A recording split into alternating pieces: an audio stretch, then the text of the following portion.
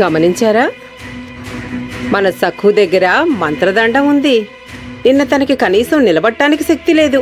తలనొప్పితో విలవెల్లాడిపోయింది. ఇంకా చెయ్యి నొప్పి కూడా. నొప్పి తట్టుకోలేక గుడ్డ కట్టుకుంది. కాని చివరికేమంది?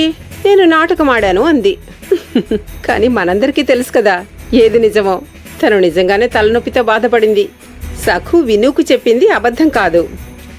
కాని అందరి ముందు అబద్ధం ఎందుకు చెప్పిందో తెలియట్లేదు. సర్లే, తన సంగతి నాకెందుకు. ఆశ్చర్యంగా ఉంది. ఎవరో మంత్రం వేసినట్టు నిన్న లేవలేని పిల్ల ఇవాళ చలాకీగా ఉంది. ఇంటి పనులన్నీ చకచక చురుగ్గా చేసేస్తోంది. పోనీలే, మంచిదే. మనోరమ అక్క, నేను చెప్పేది ఏమిటంటే, చెప్పకూడనవన్నీ చెప్పేశావు కదా, ఇంకేం మిగిలింది? నీకొక్కదానికే సరస్వతి కటాక్షం ఉన్నట్టు మాట్లాడావు. నోరు మూసుకొను. నాకు మాట్లాడడం చేత కదా. పొగిడింది చాలు, భోజనం చెయ్యి.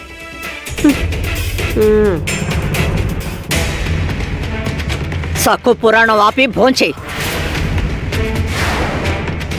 నా సహనం పూర్తిగా నశించిన రోజు సక్కుకి ఈ మనోరమ ఇంట్లో ఆఖరి రోజవుతుంది.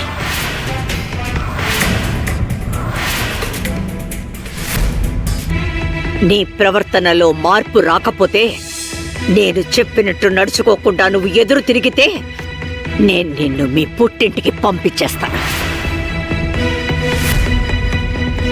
నా కొడుకు దిగుకి ఆ మాణిక్యాన్నిచ్చి చేస్తాను.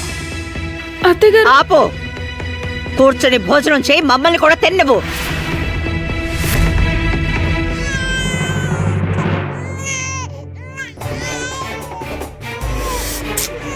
చూసారా, వాడు ఏడు మొదలెట్టాడు. శంభుబాబు అవలీలగా కనిపెట్టేస్తాడు. ఆ అమ్మాయి ఇప్పుడు భోజనం చేయడానికి కూర్చుందని తార స్థాయిలో రాగం అందుకుంటాడు. ఒక్క పూట నన్ను భోజనం చేయనివ్వడు. యమునావదన్ గారు, శంభుబాబుని నేను వెళ్ళి ఎత్తుకోనా? అనుమతిస్తారా? వెళ్ళు వెళ్ళు, వాడిని ఆడించు. భోజనం చేయగానే వస్తాను.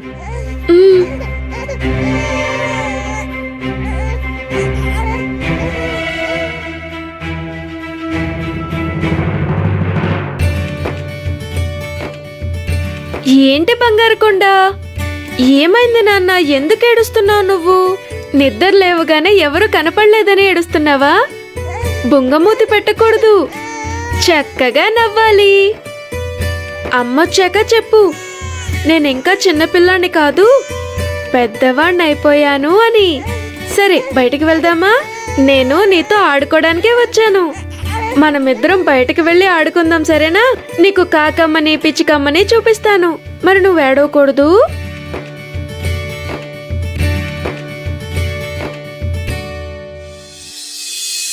శంభు కన్నా, ఇప్పుడు మనం భజన చేద్దామా? పాండురంగ పాండురంగ జయ హరి పాండురంగ, పాండురంగ పాండురంగ జయ హరి పాండురంగ. నువ్వు ఒకసారైనా మీ అత్తయ్య వింటుంది.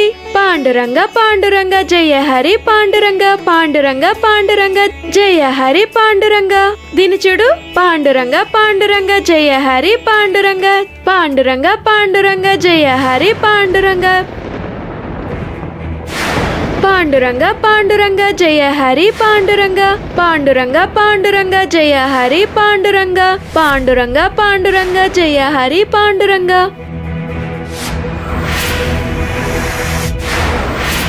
పాండురంగ పాండురంగ, పాండురంగ పాండురంగ జయ హరి పాండురంగ, పాండురంగ పాండురంగ జయ హరి పాండురంగ, పాండురంగ పాండురంగ జయ హరి పాండురంగ.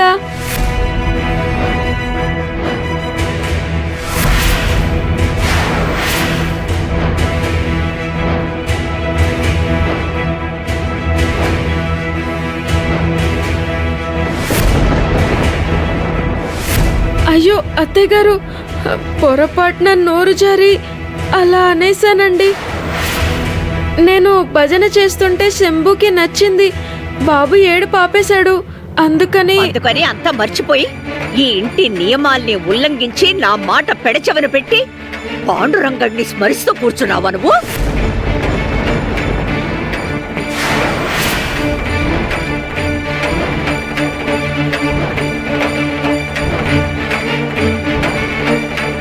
నువ్వు మూర్ఖురాలివా లేదా మొంటిదాని వసకు? వద్దన్న పని ఎందుకే చేస్తావు?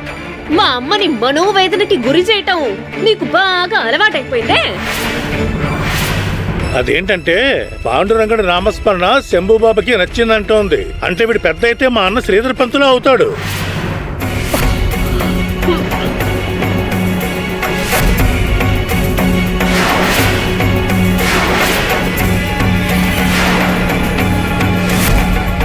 వీల్లేదు.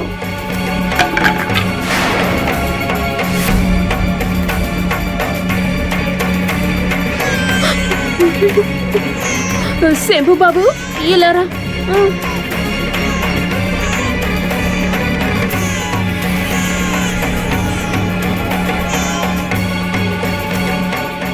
నా ఇంట్లో వాళ్ళు ఆ మార్గాన్ని అనుసరించకూడదు.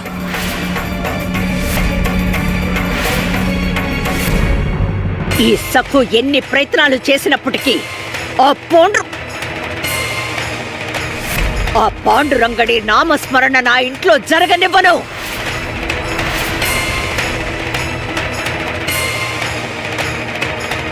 అయ్యో అత్తయ్య గారు, నేను పొరపాటున. పొరపాట? ఏడిస్తే చంపేస్తాను. ఒకసారో 2 సార్లు అయితే పర్వాలేదు. ప్రతిసారి ఇదే తప్పు చేస్తున్నావు. నిన్నెలా క్షమించాలి? నువ్వు కావాలనే శంభుకి నేర్పిస్తున్నావు. వాడికి బోధన చేస్తున్నావు. పని కట్టుకొని నాకు వ్యతిరేకంగా చేస్తున్నావు. నువ్వు శంభు బాబుకి పాండురంగడిని పరిచయం చేస్తున్నావా? ఆ పాండురంగడు నా కాపురాన్ని కూల్చేశాడు. నా సంతోషాన్ని హరించాడు. సుఖశాంతులు లేకుండా చేశాడు. ఆ పాండురంగడి నామం ఈ ఇంట్లో పలకకూడదని నీకెన్ని 100 సార్లు చెప్పాను. కావాలనే నువ్వు అలా చేస్తున్నావు. అంతేనా? ఏడు పాపం. ఇదిగో ఇదిగో, ఇలా జాలి చూపులతో నా వైపు చూడకో. నేను కరిగిపోను. చూడు, నన్ను మోసం చేయలేవు. నాతో రా.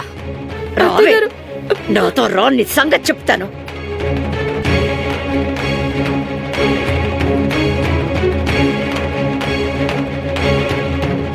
రోజు ఇంట్లో ఏదో ఒక రభస చేయకపోతే ఈ మహమ్మారికి నిద్ర పట్టదు. గయ్యాళి గంప కోడల్ని పీక్కు తింటోంది. శుభ్రం చేయడం పూర్తయిందా? పూర్తయిందండి. చాలా మురుకుంది. ఇప్పుడు చూడండి, అద్దంలా ఎలా మెరుస్తుందో. నీళ్లు నింపితే పని అయిపోయినట్టే. ఇప్పుడే తోడిపోస్తాం. వద్దక్కర్లేదు. ఆ? మీరు వెళ్ళండి. మీ ఇద్దరికీ ఇవాళ సెలవు. వెళ్ళండి. ఏమిటలా చూస్తున్నావు? చెప్పేది అర్థం కావడం లేదా? వెళ్ళండి మీరు. సరేనమ్మా. నీళ్లు మేము నింపుకుంటాం.